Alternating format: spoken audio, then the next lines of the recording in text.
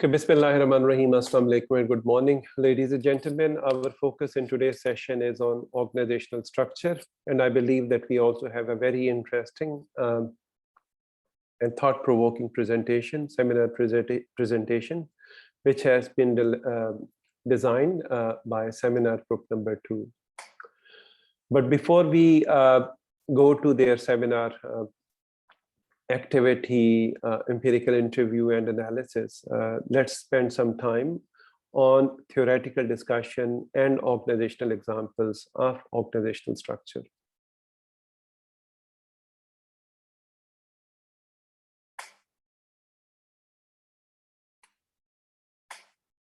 Okay, so in this session, can you see the slides? If you can see the slides, show me thumbs up, please. Thank you. So in this specific session, our focus would be on the need of organizational structure, the nature of organizational structure, its various types, and the differentiation and the integration dimensions of organizational structure, and why organizational structure is important to develop not only working relationships and reporting relationships in an organization, but also to achieve the strategic and organizational objectives. Okay, so organizational structure, ladies and gentlemen, is all about coordination, differentiation, and integration of various organizational functions, departments, and members to achieve the objectives of an organization. So you see that focus here is on not only coordination and integration, but also on differentiation. Different roles and tasks and functions are assigned within an organization, and those members and functions and departments, they are coordinated, they are integrated in order to achieve the strategic objectives of an organization in a coordinated fashion, in a collaborative fashion. So we know that managerial functions are 4. There are 4 core functions of management, which are we know planning, organizing, leading, and controlling, and our focus in this session is on organizing. So you see that in the planning stage, we discussed how the organization's goals are to be set and how we are to decide that how we are to plan that how those goals could be achieved. But in organizing, we would evaluate how best group activities or departmental activities or functional activities can be organized and coordinated within an organization in order to achieve those goals. So why do we need organizational structure? There are many answers. Maybe we would like to have a structure which can help us in the achievement of our organizational goals, as well as to be able to realize our aims of organizational growth and expansion. We would like to have efficiency in our operations, in our marketing, our sales, our research and development. We would also like to allocate authority and responsibility for various functions and sub-functions of an organization. We would like to have a hierarchy which can help us in terms of reporting relationships and unity of command. Like unity of command means that in general, no person should be required to report to more than one person. So everybody should have one boss or supervisor as far as the reporting is concerned. If there is more than one, maybe issues of ambiguity, there may be any issues of conflict. Then specialization of tasks. It is important that, for example, mechanical engineers or engineers would be responsible or maybe responsible for engineering related jobs. Those who have an expertise in marketing, they would be responsible, or they may be made responsible for marketing functions. Then employees need guidance. The managers need guidance for their own specific functions in terms of the benchmarks which they are to compare their performance with, in terms of the standards which they are expected to meet, in terms of the outcomes which they are expected to deliver. So this may also be made possible through organizational structure. Then surely management of performance and rewards. We cannot manage performance unless jobs have been allocated and unless the reporting relationships have been identified. We also have to have the optimal level of control, not too tight control, but at the same time, no control is also lethal for management. So there should be some element of evaluation and monitoring. But at the same time, we also understand that there are limited resources. So if there are limited resources, so this means that we have to utilize those resources in an effective and efficient manner through various organizational departments and hierarchies and control relationships. And at the same time, while we are looking at the differentiation of various functions and departments and managerial roles, we are also interested in coherence and collaboration and coordination. And all of this can be achieved through communication and clarity. There has to be some level of communication through the organizational hierarchy across various functions, so that everybody is working towards the achievement of common goals. So these are some of the reasons we need an organizational structure.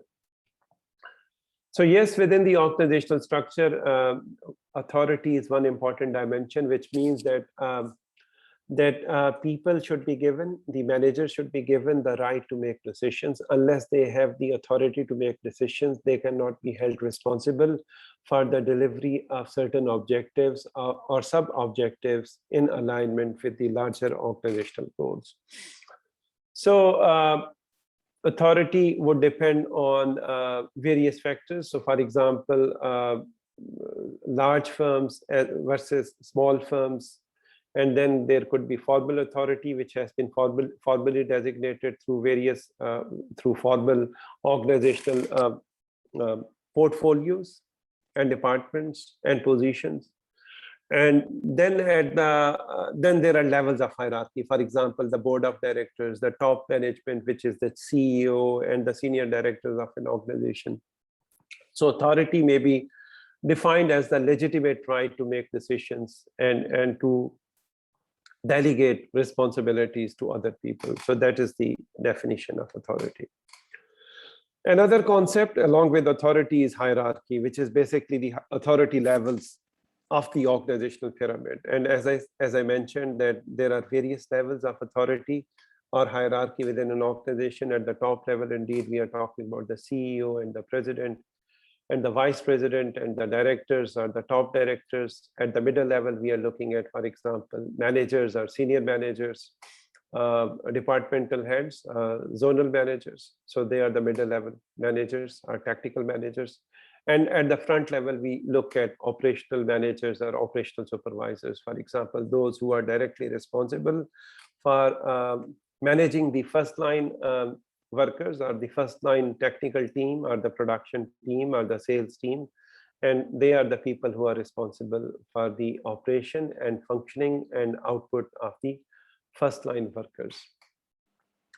You see that increasing the number of hierarchical levels may make an organization tall. So there are the more levels of organizational hierarchy, the taller an organization would be. And the lower level of organizational hierarchy, the flatter an organization would be. So these are some basic concepts which I wanted to share with you. There is also another view of looking at organizational structures. Some organizations have organic structures. So for example, for entrepreneurs, when only 1 or 2 or 3 or 4 people, they started an organization, whatever that organization was. Maybe it was a small tuck shop, maybe it was a small production facility where they are manufacturing some plastic items. Maybe there is it's a small domestic industry within people's household. So in such organizations, there is low formalization. So one person may be responsible not only for production, but also for marketing and human resource management, and maybe also for accounts. So there is low formalization. There is a wide span of control. So people are not looking at like a limited number of people. Maybe one person who is the CEO and the entrepreneur is responsible for 10 or 20 different people and 20 different functions. And there is low centralization, that at the same time people are also responsible. People also have delegated responsibilities. In contrast to an organic organization where there is low formalization, there are mechanistic organizations which are more like formal organizations, like public sector organizations as well as private sector corporations, where there is high formalization, where processes and procedures and SOPs and regulations, they are well established. The organizational structure is well established, the hierarchy is well established, the responsibility and the accountability and the authorities, those are also very well established, and they are formalized in formal documents. There is narrow span of control, narrow or not, but definite span of control, and there is high centralization. So manager or the senior manager or the director, they are ultimately responsible for the performance and authority of certain functions. So this is the comparison of mechanistic versus organic organizations. Now, ladies and gentlemen, in the context of organizational structure, there are two very important but also interconnected concepts. One is differentiation and the other is integration. Excuse me. So organization comprises, as we know, that many different units or many different functions or departments. They work on various tasks, and those tasks are important in order to collaboratively achieve the organizational objectives. So surely there is a related notion of division of labor. So this means that various tasks or different tasks will be assigned to different people and different groups and different departments. So somebody would be responsible for research and development. Somebody else would be responsible for marketing. Somebody else would be responsible for quality assurance. So various people, various departments. So tasks have been divided in those different departments and people. And connected to division of labor is also the notion of specialization. Of course, people who have an expertise in operations, they would be made responsible for operations. Those who have an expertise or have a qualification in sales, they would be made responsible for sales. So that means that division of labor and specialization, they are interconnected. Together, this is known as differentiation. Differentiation is high, of course, when there are many sub-functions or subunits, and there are many specialists who have a different expertise. So that is the notion of differentiation. Connected to the notion of differentiation is the notion of integration. Of course, we would like to have different people who are working in different functions and different departments in order to perform their specialized functions. But at the same time, we would like them to be also integrated. So we would not like a research and development function which does not have any connection with marketing. We would not like to have a marketing function which does not closely coordinate with production. We would not like to have a production function or production department which does not closely coordinate with, for example, customer service, or which does not closely coordinate with, for example, the quality assurance or the quality management department. So all of these departments and different roles and different people and different managers, they have to integrate with each other. They have to closely coordinate with each other so that it could be ensured that the organizational strategic objectives and timelines and parameters and performance expectations, they are being met. So integration is defined as a degree to which different units work together and coordinate their efforts. So procedures which link various parts or functions of an organization to achieve the organization's overall mission or to realize the organization's vision, they are known as, so this whole process is known as integration. So as you can understand that for an organizational structure to function, to be effectual and efficient, it is important that both differentiation and integration dimensions of organizing, they are taken into account. So this is another view of organizational structure and chart. So the reporting structure and division of labor within an organization, they have to be taken into account. So here on the left-hand side, you would see the notion of integration, the degree to which differentiated functions, they work together. On the right-hand side, you would see differentiation, which is to do with division of labor and specialization. And together, these aspects, these dimensions of differentiation and integration, they enable structural features such as, for example, various positions and titles and work functions, reporting lines and relationships, as well as horizontal layers within the levels of management. So this is one view of looking at organizational structure of any organization. Here is another view of various elements of organizational structure. Surely there would be departmentalization, there would be a department of human resources, there would be a department of marketing, there would be a department of quality control, there would be a department of legal compliance, there would be a department of international relations, and so on and so forth. So this is one element of organizational structure. Another element is span of control. So for example, if somebody has been made head of the Department of Quality Management, how many people are reporting to him or to her? How many sub-departments is he or she responsible for? So that is known as the span of control. So how many are their direct reports? Those who are directly reporting to that person, and then how many people report to their direct reports. So direct span of control, indirect span of control.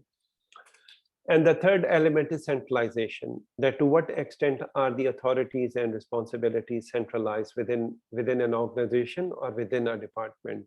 Is it a decentralized department or organization? Are authorities and responsibilities, are they delegated to the reports and to sub-reports and so on and so forth? Or are they centralized to a large extent? And to what extent are they centralized?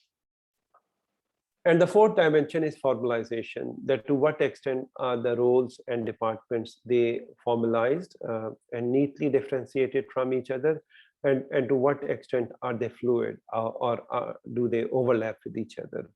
As I discussed that in mechanistic organization, there is more formalization, and in organic organization, there is less formalization.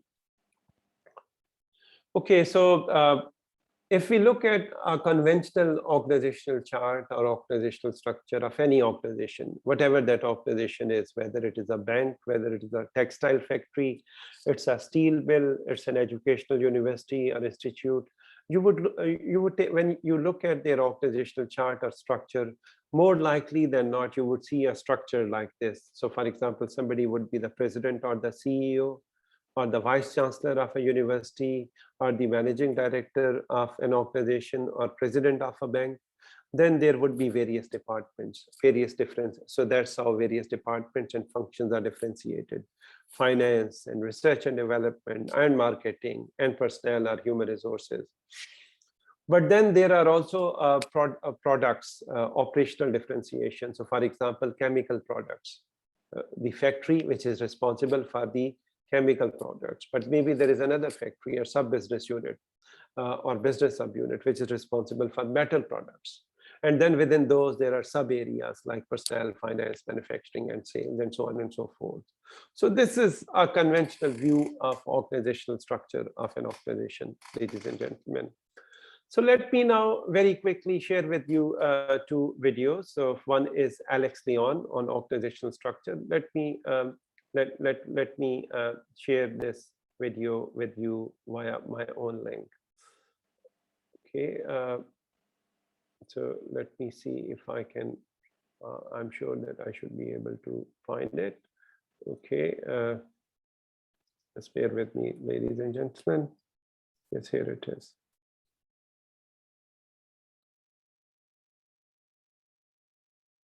In this video, we're going to talk about organizational structure. We'll cover the classic hierarchy, the team-based organization, and finally the matrix. So let's unpack the details.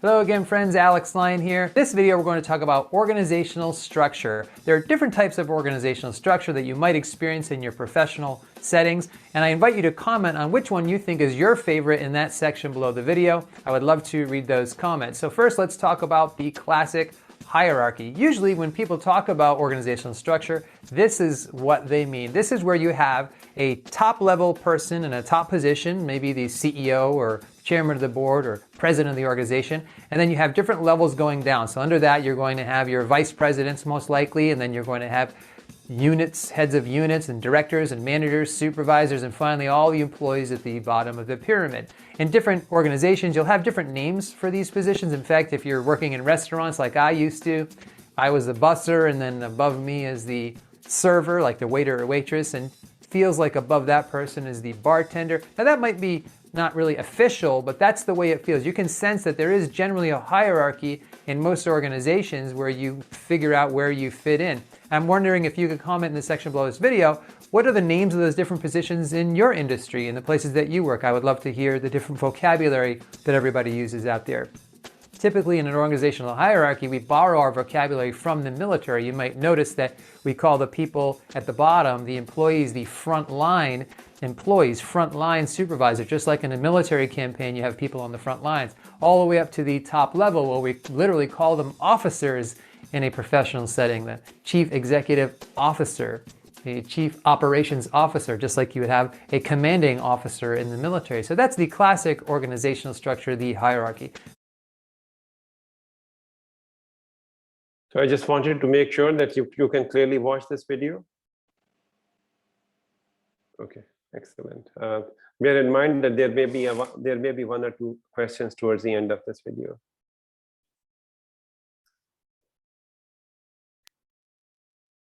Next, let's talk about a somewhat new one, the team-based organization. This is where the organization is organized in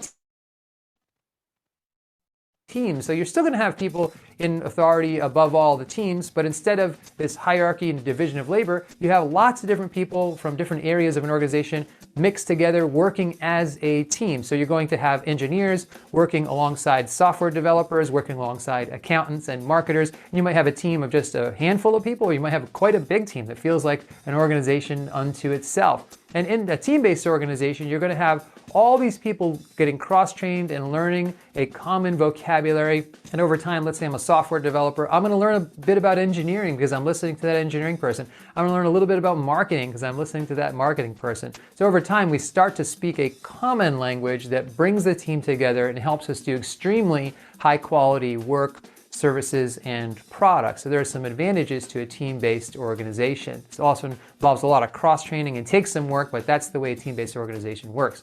Now, finally, we have the matrix style of organization. This is where you really combine a team with a hierarchy. You end up with a kind of grid. So you still have people above you that are ultimately in charge of you in the hierarchy, but also you have people that you are laterally responsible to that are in a way in some authority over you. So let's say two teams overlap a little bit in what they do. You might have human resources, for example, but you also might have a whole different recruiting team that has recruiters and people that are going out there in the professional space looking for new employees to hire. There's a lot of commonality, and so even though they both might report to a boss above them, they also have responsibilities to each other. And it's not just recruiting and HR. You have lots of different overlaps, and people will work together in this matrix style grid. So this can be a little confusing at first because you might feel like you have lots of different bosses, and you kind of do have lots of different bosses. You have a lot of responsibilities, and you have to perform for a lot of different groups in the organization. So those are the three main styles of organizational structure. The most common one that we're familiar with is the hierarchy, and then the team, and of course the matrix or the grid. And that tends to be, I think, the newest one that I've seen in my experience. Okay, ladies and gentlemen, there is also a very interesting video comment by Steve Jobs on organizational structure. So let me also take this opportunity to share that video with you as well, to give us at least another perspective from Steve Jobs' view.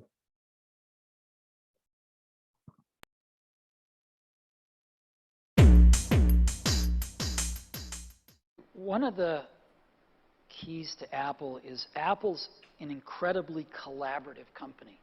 You know how many committees we have at Apple? No. 0. We have no committees. No committees. We are organized like a startup. One person's in charge of iPhone OS software. One person's in charge of Mac hardware. One person's in charge of iPhone hardware engineering. Another person's in charge of worldwide marketing. Another person's in charge of operations. We're organized like a startup. We're the biggest startup on the planet. And we all meet for 3 hours once a week, and we talk about everything we're doing, the whole business. And there's tremendous teamwork at the top of the company, which filters down to tremendous teamwork throughout the company. And teamwork is dependent on trusting the other folks to come through with their part without watching them all the time, but trusting that they're going to come through with their parts. And that's what we do really well. And we're great at figuring out how to divide things up into these great teams that we have and all work on the same thing, touch bases frequently, and bring it all together into a product. We do that really well. Okay, now, ladies and gentlemen, I would like to hear from you that looking at, for example, the theoretical discussion of organizational structure and various functions and elements of organizational structure and types of organizational structure, and also looking at Steve Jobs' perspective on organizing an organizational structure. What would be your preference in terms of organizational structure, based on whatever limited knowledge and understanding that you have gathered today, and also based on your reading of the book chapter? Okay, I would like to hear from Ghazia Nadeem. Ghazia? Yeah, Professor, I think I would prefer a team-based organizational structure because it allows everyone to not only do their own work in their fields, but also learn from each other. And I feel like once you start doing that, it becomes more of a collaborative effort. So I would prefer that. You would prefer team structure because it would be more collaborative? Mm-hmm. Okay. And I would like to hear from you that what would it be like? Would it be a tall organization? Would it be a flat organization? Would it be a vertical structure? Or would it be a matrix structure? What would it be? I think it would be a flat organization because there's not that much hierarchy, right? We're all answering to one leader. Mm-hmm. So that's what I think. But would it be a matrix structure? No, I don't think so. Okay. Let me hear from you, Hafsa. Hafsa, go ahead. Yes, sir. So, sir, I think the hierarchical system is more preferable because it gives a chance to work independently and work with freedom. You have the chance to work according Sorry, which to structure, Hafsa? Sir, hierarchical structure, the vertical structure. Sorry, it gives people authority. Is that what you are suggesting? Yes, sir. They have freedom to work independently. Okay, we will think about it. When we will discuss hierarchical structure, then we will see that whether a hierarchical structure gives more independence or whether a horizontal structure gives more independence. So think about this. Ahmed Kirbani. Sir, I think a matrix structure would be good because when people of a certain specialty are able to organize themselves in a hierarchical way and able to control their specific fields, I think it's much more efficient for an organization. Very good. Thank you, Kirbani, for this. Ahmed Irfan, I would like you to explain to me first present your perspective and then explain what a matrix structure is. Yeah, sir, I feel like that organization with a clear hierarchical structure will be more efficient because each management group has its own objectives and responsibilities. Moreover, there is a clearly defined division of labor. Okay. And I feel like in a hierarchical structure, all the decisions are made at the top level and managers and then communicated down. So only the leader is making decisions and then communicated. Do you like that?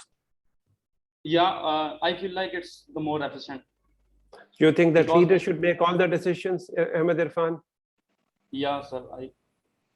Okay, but when it is a large organization, for example, we are looking at LUMS, it's a fairly large organization. You think that VC should be taking all decisions in terms of I don't know, many different academic decisions, administrative decisions, grading decisions. Ahmed? Sir, in case of like in the video, the person says that Apple has a clear hierarchical structure, and I think in case of LUMS it will be not efficient, because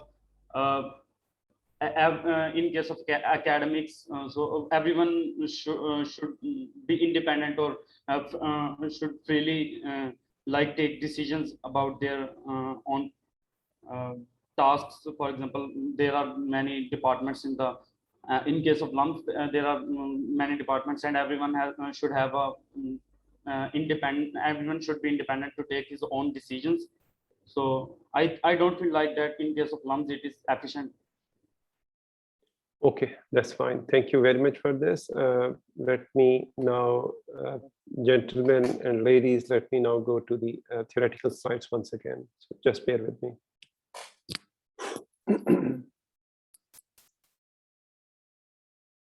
So very quickly, it's a very extensive book chapter, and I would also make these slides available to you.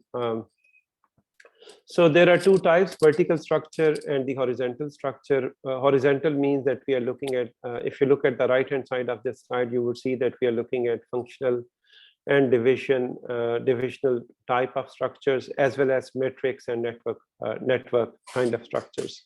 It would appear that teamwork, which was being referred to by Steve Jobs, would be perhaps relatively more convenient in matrix structures, or structures where there is more cross-functional or cross-divisional coordination.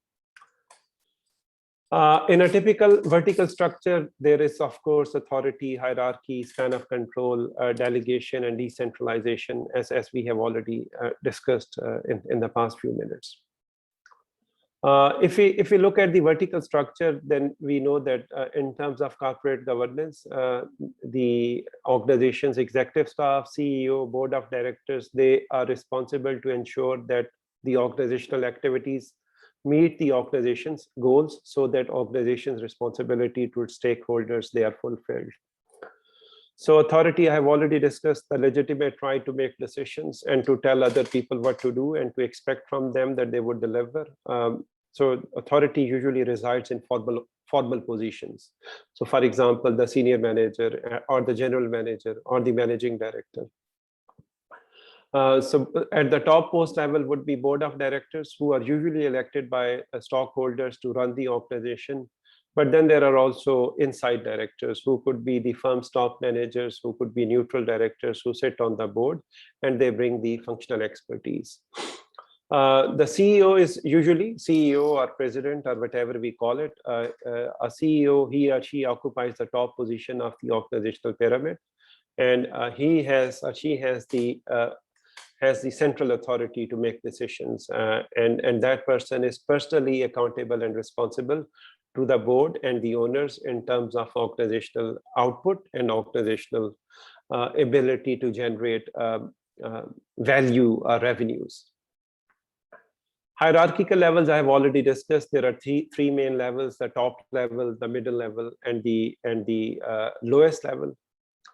So this is one example of a vertical organization. If we look at Habib Bank Limited, Pakistan, so it is led by the chairman. Then also is responsible to the board of directors, and board of directors also provides their input to chairman, and chairman also has a chief advisor. Then there is a managing director of human resource development, and deputy managing directors of various functions who report to the MD of HRD, and then executive vice president or the company secretary and senior vice presidents, and then various levels of vice president and first vice president and assistant vice president. So you see that we see that it's a pretty tall organization, and this specific segment of their organizational chart, it shows the vertical hierarchy of the organization of Habib Bank. So what exactly is span of control, ladies and gentlemen? It's the number of subordinates who report directly to an executive or supervisor. So for example, if we work in an organization as a manager, how many people directly report to us, and for how many people's direct performance we are responsible? Usually they say that the optimal span of control is somewhere between 10 to 20. We cannot sufficiently supervise, support, and monitor and manage the performance of more than 20 direct reports. So it would also vary from one situation to another. If there are routinized jobs, like very routine jobs, maybe even more than 20 could be possible.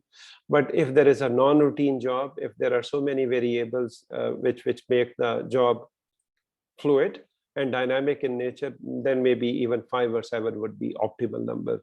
So this is important, that we have to understand that there is a limit to the span of controls which a person can manage. If you look at this figure in front of you, the lower figure, the bottom figure at the bottom right side, it shows the wider span of control, because here 5 people are reporting to the manager, directly reporting to the manager, whereas a narrow span of control is depicted in the figure above, which shows only 2 persons directly reporting to the manager. So now this is another view, that when is a wide span of control better? When, in terms of, it depends on the nature of work. When work is clearly defined, unambiguous, it's a routine work, then we can afford to have wider span of control. There are many people, 10, 20, maybe 30, who are working on similar machines, producing similar types of products for the past 1 year or 10 years. So here it's easy to manage them. But when the work is not clearly defined, when the work is ambiguous, then surely our span of control should be relatively limited. It also depends on the subordinates or the team members' quality of preparation, the quality of expertise. The more expertise they have, the lesser it would be needed to closely monitor and manage them, and vice versa. Okay, so there are many dimensions of this. Oh, okay, within the vertical structure, it's not just the hierarchy or the authority which is important, but also there is an important aspect of delegation, that we should not, as a manager, we should not centralize the authority within our own person. We have limited time and we have limited span of attention. Excuse me, we have limited resources. Time is also a resource. So we cannot monitor and micromanage every single thing ourselves. We cannot do every single thing ourselves. So that's why things have to be delegated. As you might have noticed, that even at LUMS, various functions are delegated by the teacher or by the faculty member to various people. So for example, some functions have been delegated to the TA. Some functions have been delegated to the student support office. Some functions have been delegated to the registrar office. Some functions have been delegated to other administrative, for example, support functions.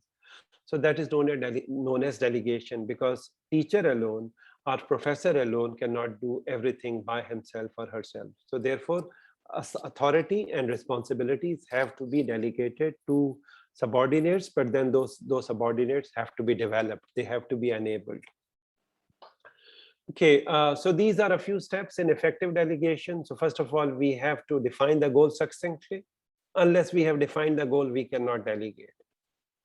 We have to select the person for the task. Not everybody can be entrusted with the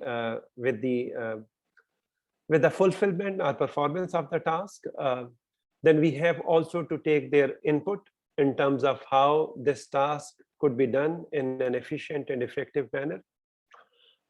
We also need of delegation. I think that we very briefly discussed that it allows us to get work done through others.